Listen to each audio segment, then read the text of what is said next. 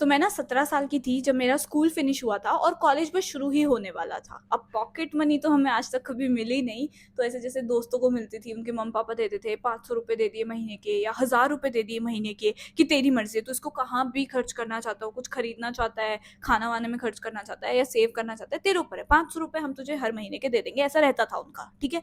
अब मेरे को तो ऐसा कभी मिली नहीं, ऊपर से हमेशा से ना बचपन से पड़ोसी लोगों से या रिलेटिव से सिर्फ़ यही सुना होता है कि यार बेटी पे तुम इतने पैसे क्यों इन्वेस्ट कर रहे हो, बेटी को पढ़ाने लिखाने में, कल को जब ये जॉब करेगी, जब इसकी उम्र हो जाएगी तो शादी के बाद तो उन लोगों के लिए कमाएगी, एक्सेट्रा एक्सेट्रा। बहुत बकवास सुनी होती है हमने, ठीक है? तो अब यार 17 साल की बच्ची ये सब सुन रही है तो उसके दिमाग में यही आएगा ना कि यार जल्दी से जल्दी फाइनेंशियली इंडिपेंडेंट होना है ताकि अपने खर्चे मैं खुद से ही निकाल सकूँ, ठीक है? और अगर कुछ एक्स्ट्रा कमा रही हूँ तो मम्मी पापा की फाइनेंशियली इंडिपेंडेंट होने में हेल्प कर दूंगी। तो ये मैंने बहुत जल्दी सुना था और अब कॉलेज शुरू होने वाला था तो आई वाज लाइक कि हाँ भाई, अब तो कुछ करके दिखाना है, ठीक है? तो सबसे पहले तो मैंने ये सोचा कि मुझे ना कोई सरकारी कॉलेज को टारगेट करना है ताकि मेरी फीस बहुत कम हो और ऐसे ज़्यादा पैसे ना खर्च करने पड़े मम्मी पापा को मेरे ऊपर, ठीक है? तो मैंने दिल्ली यूनिवर्सिटी को टारगेट किया जिसकी पूरी 1 साल की फीस मेरी सिर्फ और सिर्फ 10,000 रुपए थी।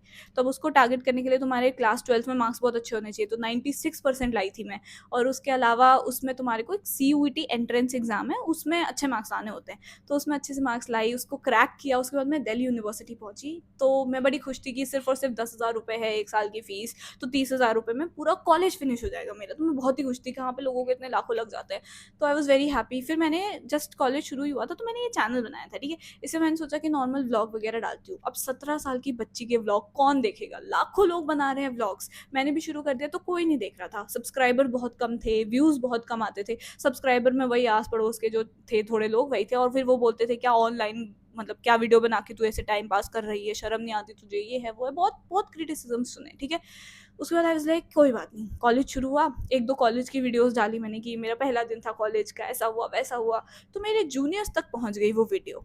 उन्होंने कमेंट किया कि दीदी आपने कैसे सरकारी कॉलेज को ऐसे क्रैक कर दिया और हम भी चाहते हैं, हम भी थोड़े से फाइनेंशियली ऐसे ही हैं, तो प्लीज़ दीदी हमारी हेल्प करो। तो मैंने एक वीडियो बना दी कि कैसे मैंने सीयूईटी को क्रैक किया था।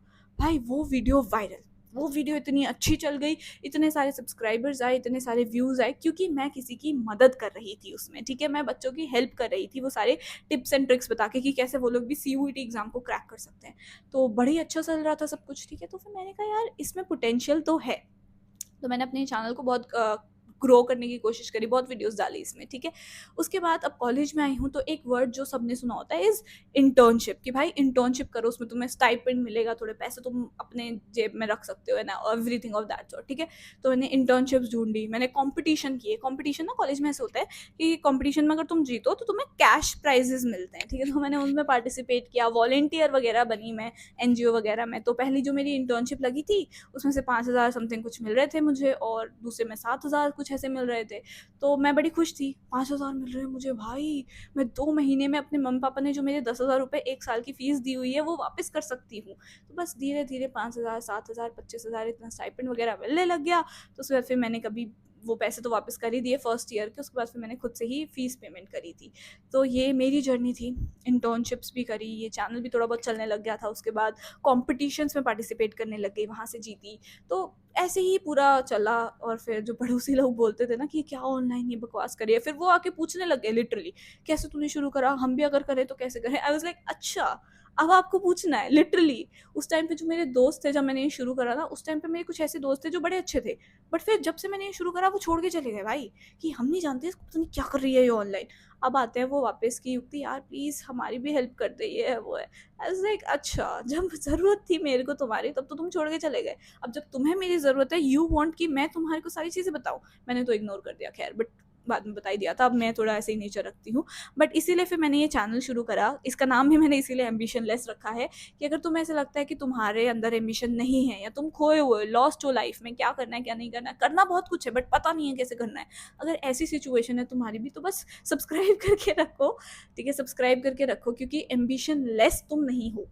बस वो तुम्हें लग रहा है। कैसे उसको तुम एम्बिशियस बन सकते हो उस चीज़ में मैं हेल्प करूँगी इस पार्टिकुलर चैनल पे। तो प्लीज़ सब्सक्राइब कर लेना, लाइक करो वीडियो को, ठीक है? Comment down below something cute cute and I will see you in the next video. Bye.